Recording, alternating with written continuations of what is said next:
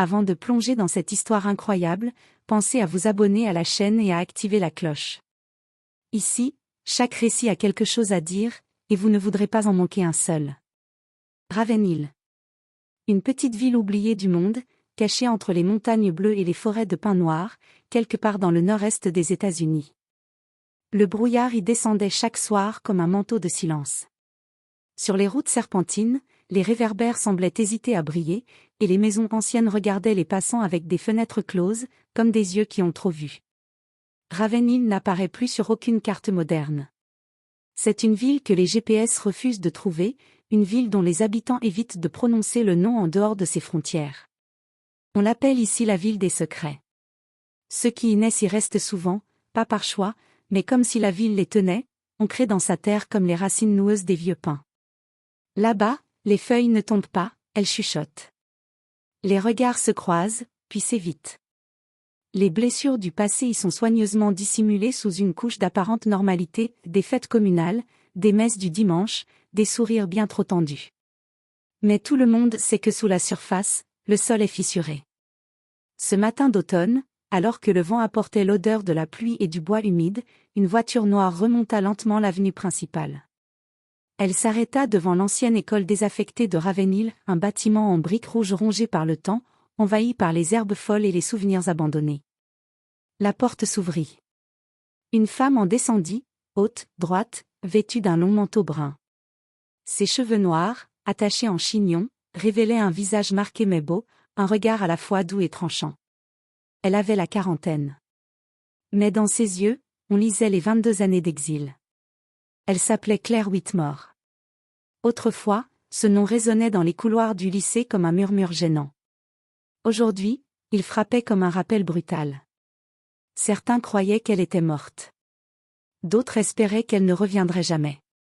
Mais la vérité est que Ravenhill ne l'avait jamais oubliée. Retour en 2003. Claire avait alors 17 ans. Elle vivait seule avec sa mère, Marie, une ancienne infirmière rongée par une maladie pulmonaire, dans une petite cabane en bois, au bord de la forêt de Millerspin. Là où plus personne n'osait aller la nuit. Leur toit fuyait. Leur réfrigérateur était presque vide. Mais Claire brillait à l'école. Première de sa classe. Lectrice insatiable. Discrète, mais redoutablement intelligente. Elle rêvait de littérature, de départ, de justice. Puis il y avait une Nathaniel Brooks.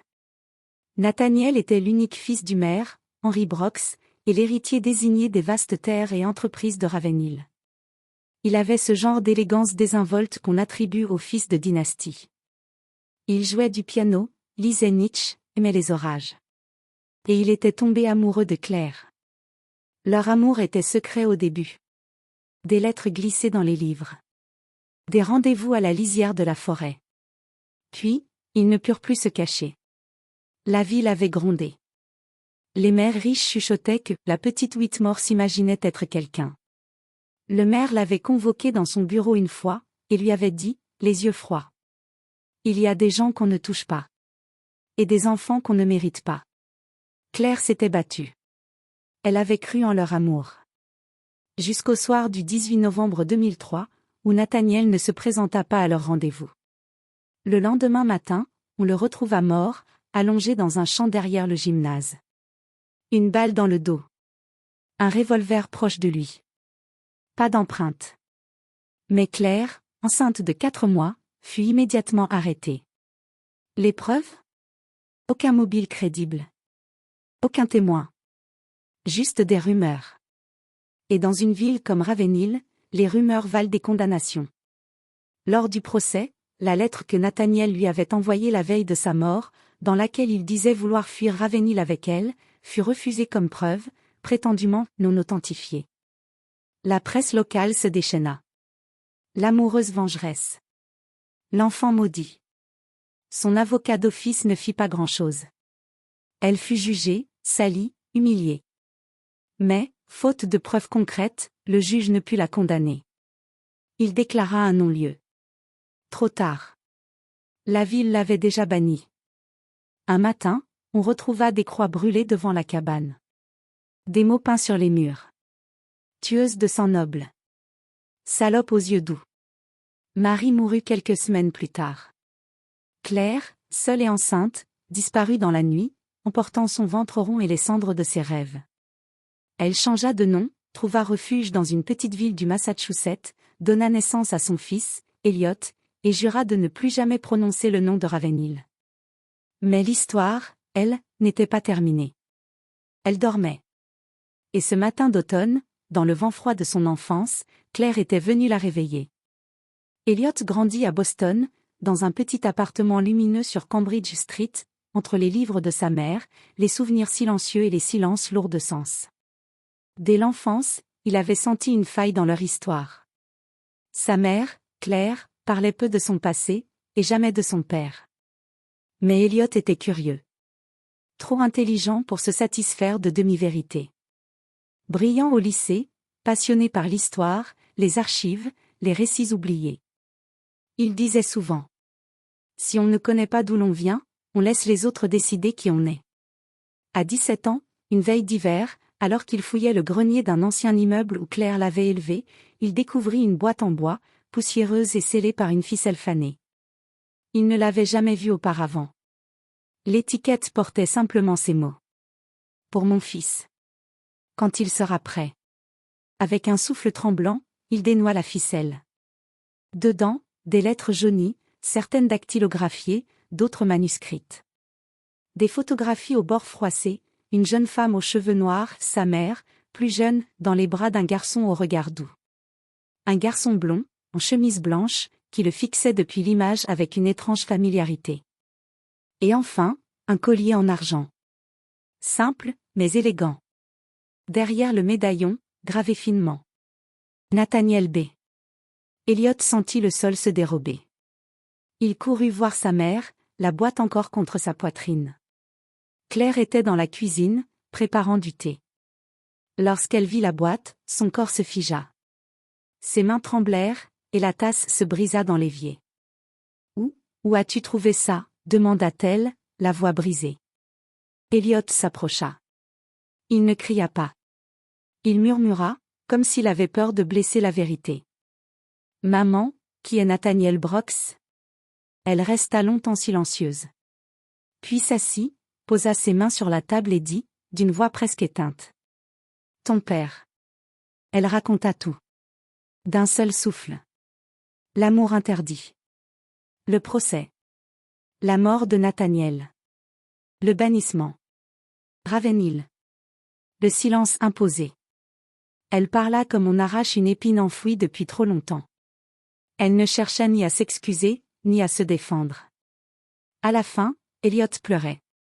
Mais pas de tristesse, de détermination. Tu n'as pas fui. Tu m'as protégé. Mais maintenant, c'est moi qui vais te protéger. On ne peut pas laisser la vérité enterrée. Même sous 20 ans de silence. Quelques semaines plus tard, ils retournèrent à Ravenhill. La ville n'avait pas changé. Mais Elliot, lui, n'était pas un enfant fragile. Il portait les traits de Nathaniel, mais la force de Claire. Dans sa main, il tenait un exemplaire jauni du journal intime de son père. Ce carnet, sauvé par June Keller, l'ancienne meilleure amie de Claire, aujourd'hui archiviste dans une petite bibliothèque du Maine. Elle l'avait caché toutes ces années, au cas où un jour, quelqu'un aurait le courage de revenir. Et ce jour était arrivé. La grande demeure des Brooks surplombait toujours Ravenhill, telle une forteresse figée dans le passé. Des vitraux anciens, des meubles massifs, et l'odeur du bois ciré qui n'arrive pas à cacher la moisissure du temps. Margaret Brooks, veuve du maire et matriarche sans remords, ouvrit elle-même la porte. Ses cheveux étaient devenus blancs, ses traits plus durs, mais rien dans son regard n'avait changé, une fierté glaciale, une haine soigneusement entretenue. En voyant Claire sur son perron, Margaret plissa les yeux. « Tu aurais dû rester morte pour nous, » dit-elle, sans même un bonjour. Claire ne sia pas. Elle ne baissa pas les yeux, cette fois. « Et vous, vous auriez dû aimer votre fils plus que votre nom. » Margaret recula d'un pas. Elliot, resté derrière sa mère, s'avança et dit calmement. « Je suis son fils. Et celui de Nathaniel Brooks. Je ne suis pas venu quémander quoi que ce soit. Je suis venu pour que vous regardiez la vérité en face, une fois dans votre vie. Claire sortit une enveloppe de sa poche et la tendit. Margaret la prit, hésitante. L'écriture sur la couverture la fit vaciller. C'était celle de son fils. Elle ouvrit le journal. Les premières pages étaient anodines. Mais quelques feuillets plus loin, elle tomba sur ces mots, soulignés 3 fois. Si je meurs, ce ne sera pas un accident. Maman ne supporte pas que j'aime Claire. Elle a menacé. Elle est capable de tout. Si quelque chose m'arrive, c'est elle. Margaret resta pétrifiée. Elle referma lentement le carnet, puis s'assit, muette. Son masque venait de tomber. Toute sa puissance, son contrôle, son silence glacial, brisé. Claire resta droite. Vous avez détruit votre propre fils. Et tenté d'anéantir le mien. Mais on est là. Vivant. Libre. Et on ne se taira plus. Elliot s'approcha de la vieille femme. Il ne cria pas. Il murmura, doucement. Vous n'avez pas seulement tué mon père. Vous avez enterré la vérité pour protéger votre nom. Mais maintenant, c'est le nôtre qui va résonner. Lorsque Claire décida de rouvrir l'enquête, elle savait qu'elle allait affronter un mur de silence, de privilèges et de mémoire falsifiée. Mais elle n'était plus seule. David Monroe, avocat réputé de Boston, spécialisé dans les erreurs judiciaires, avait pris l'affaire en main. Ancien professeur de droit, connu pour son intégrité, il avait été profondément ému par le dossier. Dès qu'il lut le journal de Nathaniel, il déclara. Ce n'est pas seulement un crime. C'est un mensonge qui dure depuis 20 ans. Et il est temps que ça s'arrête. La requête de réouverture fut déposée devant la Cour supérieure du comté de Weymore, accompagnée de nouveaux éléments. Le journal intime de Nathaniel. Des lettres retrouvées. Des enregistrements de June Keller. Et surtout, le témoignage direct d'Elliot, aujourd'hui majeur, prêt à exposer son histoire. Les médias flairèrent le scandale. Les titres surgirent sur les écrans. Retour d'un fantôme, Claire Whitmore, accusée injustement. L'affaire Brox, la vérité enterrée à Ravenhill. Le fils du silence, Elliot Whitmore demande justice. La pression monta. Les chaînes nationales débarquèrent. Les réseaux sociaux s'enflammèrent. Des hashtags émergèrent, hashtag justice pour Claire. Hashtag Ravenhill la muette. D'abord, ce fut Frank Holloway, un ancien garde forestier, aujourd'hui à la retraite, qui s'exprima dans un documentaire local. D'une voix tremblante, il déclara. J'ai vu Henry Brox, le maire, sortir de sa voiture un soir, furieux. Il criait sur Nathaniel, le traitant de traître, de souillure. Il a sorti un pistolet. Nathaniel était pâle, mais il ne criait pas. Il avait l'air résigné. Je n'ai rien dit à l'époque. J'avais peur. Peur de tout perdre. Ensuite, un ancien agent de police, Peter Laroche, admit que certaines preuves avaient été égarées pendant l'enquête initiale, sur ordre venu d'en haut. Il ne prononça pas de nom, mais son regard était lourd de sens. Puis une révélation frappa comme un coup de tonnerre, le revolver utilisé dans le crime appartenait bien à Henry Brox. Le numéro de série avait été rayé, mais des fragments de données balistiques restaient dans un vieux dossier que June, l'archiviste fidèle, avait retrouvé. Tout s'effondra. L'image de la famille Brox bascula de pilier de la ville à clan toxique, prêt à tout pour protéger son héritage. Le tribunal était plein à craquer. La foule s'étalait jusque dans la rue. Les caméras filmaient. Les journalistes griffonnaient. Et au fond, quelques visages pleins de larmes, anciens camarades de Claire, qui n'avaient pas osé parler. Jean de Ravenhill, tiraillé entre honte et rédemption. Claire entra dans la salle, habillée simplement. Elle tenait la main de son fils. Elliot, en costume sombre, portait le collier de son père autour du cou. Il ne tremblait pas. Il regardait droit devant lui.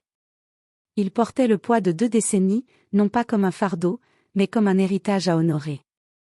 Le juge, un homme sévère au regard perçant, autorisa Elliot à prendre la parole. Le silence se fit.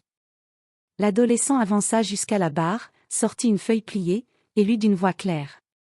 Si je meurs, je veux qu'on sache que Claire m'a rendu meilleur. Elle est plus forte que tous les hommes de cette ville.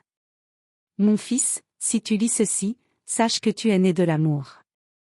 Et que ton nom, un jour, lavera le nôtre de la honte. Nathaniel Brooks, 17 novembre 2003. Un murmure parcourut la salle. Margaret Brooks, présente au fond, s'essuya les yeux discrètement. Son masque de pierre se fissurait. Le juge demanda le silence. Il observa Claire longuement, puis déclara. Le tribunal reconnaît que l'enquête initiale fut bâclée, compromise par des influences extérieures et entachée de partialité grave. En conséquence, le nom de Claire Whitmore est officiellement blanchi de toute accusation. Ce tribunal tient à lui présenter, au nom de la justice des hommes, ses plus sincères excuses. Un tonnerre d'applaudissements. Des larmes. Même parmi les journalistes. Claire, droite, ne pleura pas. Elle serra la main de son fils. Et le regarda, avec tout l'amour qu'elle avait contenu pendant 20 ans. À la sortie, une marée humaine les attendait. Des caméras, des cris de soutien. Des pancartes, bienvenue à la maison Claire. Elliot, digne fils de Ravenhill. David Monroe déclara au micro. Aujourd'hui, une femme retrouve son nom. Un fils, son père. Et une ville, sa conscience. Le procès terminé, les caméras reparties, Claire et Elliot auraient pu chercher l'oubli, quitter Ravenhill et ses cicatrices. Mais Claire ne voulait plus fuir. Quand les avocats des Brooks lui proposèrent un chèque à 6 chiffres en échange d'une clause de silence, elle les regarda avec un calme tranchant. Vous avez voulu acheter mon silence quand j'étais jeune. Aujourd'hui, vous ne pourrez même pas louer ma dignité. Elle signa le refus d'un trait net, puis tourna la page, non pas pour l'oublier, mais pour écrire la suite. Avec l'aide de David Monroe, Claire racheta l'ancienne école désaffectée de Ravenhill, celle devant laquelle elle s'était arrêtée à son retour. Les murs délabrés furent repeints. Les vitres remplacées. Le jardin nettoyé. Elle la rebaptisa « Maison Nathaniel », en hommage à celui qui n'avait jamais eu la chance d'élever son propre fils. L'école devint un centre d'accueil, d'apprentissage et de mentorat pour les jeunes marginalisés, enfants de familles pauvres, adolescents exclus, orphelins de passage. Elliot, désormais étudiant en droit, en devint le directeur adjoint. Il enseignait l'histoire, mais surtout l'estime de soi, le courage de nommer l'injustice, et l'art de ne jamais laisser son origine définir son avenir. L'école devint vite un phare dans une ville autrefois aveuglée par l'orgueil. Quelques mois plus tard, un matin pluvieux, Margaret Brooks franchit les grilles du centre. Ses pas étaient lents, son manteau usé, son regard flétri. Les révélations du procès avaient ruiné sa réputation, vidé ses comptes, et mis à nu toute une dynastie corrompue. Mais elle n'était pas venue pour elle-même. Elle tenait un petit garçon par la main, yeux bruns, cheveux châtains, visage inquiet. Son petit-fils, le fils de son second fils, abandonné par une mère droguée, jamais reconnu par la famille. Margaret, brisée, avait la garde. Devant Claire, elle s'arrêta. Il s'appelle Michael. Il a 8 ans. Il ne parle presque pas. Je n'ai plus rien. Sauf lui. Claire ne bougea pas. Pourquoi venir ici, Margaret? Il y a d'autres centres. D'autres villes.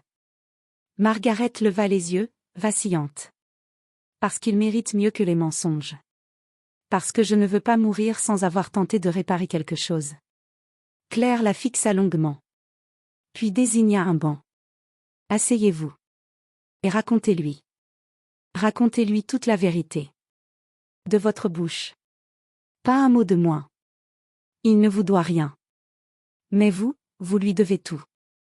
Margaret hocha lentement la tête.